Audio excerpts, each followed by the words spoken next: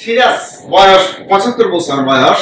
উনি আসছে মুখে ঝাল লাগে, মুখে ঘা আছে।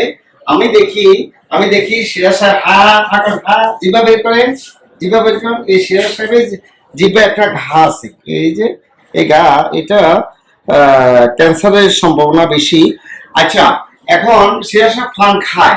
আচ্ছা বলেন তো, আপনি ফান খান? ওদিকে থাকেন। আপনি কি ফান খান? পান সাদা সুঞ্চু করে খান? পান সাদা মুখে ভালো লাগে না খারাপ লাগে? ভালো লাগে। পান সাদা সুনসুমারি খেলে ভালো লাগে, কিন্তু ভালো লাগলেও এই পান সাদা সুনসুমারির জন্য সিরাজ সাহেবের জিহ্বা ক্যান্সারের সম্ভাবনা।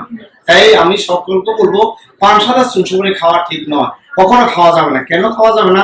পান সাদা সুনসুমারি খেলে স্বাস্থ্যের সমস্যা হবে, মানে মুখে জিহ্বা গলায় ক্যান্সার হওয়ার সম্ভাবনা বেশি, এবং পেপটিক ক্যান্সার হওয়ার মুখে জিহ্বা স্বাদ পায় না, এবং মুখে সবসময় একটা বার্নিং সেন্সেশন হয়। শারীরিক মানসিক দিক হলো, পান সাদা সুনসুমারি খেলে সাইকোসোমাটিক ডিসঅর্ডার হয়, অর্থাৎ মনস্তাত্ত্বিক ভাবে সে ডিপেন্ডেন্ট হয়ে যায়। এটা এডিকশন হয়ে যায়। আর এটা এটা একটা লোক ফান না খেয়ে, ভাত না খেয়ে থাকতে পারে, কি ফান না খেয়ে থাকতে পারে না। এটা হলো মানসিক সমস্যা। আর ধর্মীয় দিক দিয়ে সমস্যা, আপনারা জানেন সৌদি কুয়েতে পান সাদা সুনসুমারি নিষিদ্ধ। কেন? পান একটা এডিকশন জিনিস।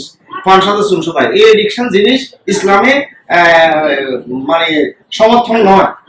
এই জন্য ধর্মীয় দিক দিয়েও পান সাদা সুনসুমারি খাওয়া নিষেধ। তাই আমি সকলকে বলবো, পান সাদা সুনসুমারি যেন কেউ না খায়। আসসালামু আলাইকুম।